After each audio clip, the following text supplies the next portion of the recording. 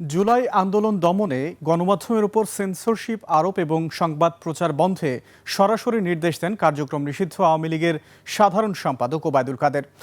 তৎকালীন তথ্য ও সম্প্রচার প্রতিমন্ত্রী মোহাম্মদ আরাফাতকে ফোন করে যে কোনো সংঘাতের খবর বা ক্ল্যাশের ভিডিও দেখানো টিভি চ্যানেলগুলো তাৎক্ষণিক বন্ধের নির্দেশ দেন তিনি। এতে সম্মতি জানিয়ে সংবাদ মাধ্যম ও সামাজিক যোগাযোগ মাধ্যমকে দমানোর বিস্তারিত পরিকল্পনা তুলে ধরেন আরাফাত। ওবায়দুল কাদের ও আরাফাত সহ শীর্ষ নেতাদের বিরুদ্ধে দায়ের হওয়া মামলায় এই কল রেকর্ড প্রমাণ হিসেবে ট্রাইব্যুনালে দাখিল করা হয়েছে। আরও জানাচ্ছেন শাকের আরজু।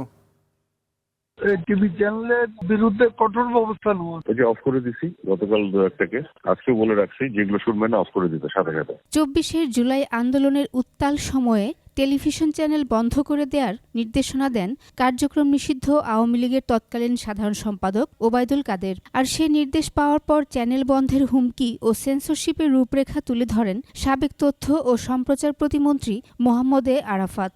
ওবায়দুল কাদের সাহেব আরাফাতকে বলছেন যে কি চলছে, এখনও এই টেলিভিশনগুলো এই মারামারি বা হতাহতর খবর দেখাচ্ছে কি করে, তুমি ব্যবস্থা নাও না কেন?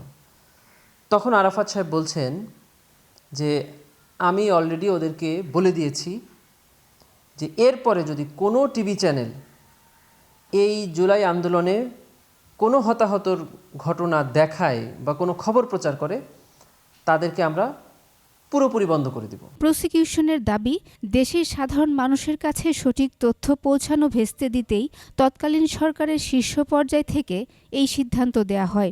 যে টিভি ক্লাসের ছবি দেখাবে সাথে সাথে অফ করে দেবেন, আমার কোনো পারমিশনের জন্য মেসেজ পাঠাবেন না, আপনাকে ঢালাও পারমিশন দিয়ে রাখলাম। ডকুমেন্টারি এভিডেন্স থেকে দেখা যায় যে আমরা 4টি টিভি চ্যানেল থেকে প্রাপ্ত তথ্যের ভিত্তিতে দেখেছি যে এই জুলাই আন্দোলনের সময় বিভিন্ন তারিখে এই চ্যানেলগুলো কোনোটা 2 ঘন্টা, কোনোটা 3 ঘন্টা, কোনোটা 1 ঘন্টা করে বন্ধ রেখেছিল। এটা সরকারের নির্দেশনায় এই মর্মে তারা একটা সার্টিফিকেটও আমাদেরকে দিয়েছে।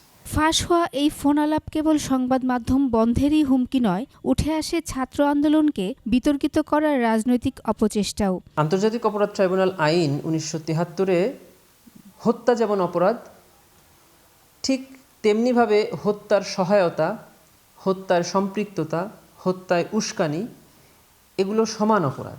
আন্তর্জাতিক অপরাধ ট্রাইব্যুনালে ওবায়দুল কাদের, মোহাম্মদ আলী আরাফাত, যুবলীগ ও ছাত্রলীগ সভাপতি, সাধারণ সম্পাদক সহ 7 জনের বিরুদ্ধে চলমান বিচার প্রক্রিয়ায় এই কল রেকর্ড সহ আরও 14টি কল রেকর্ড এরই মধ্যে প্রমাণ হিসেবে ট্রাইব্যুনালে দাখিল করেছে প্রসিকিউশন। শাকের আরজু, 21 টেলিভিশন, ঢাকা।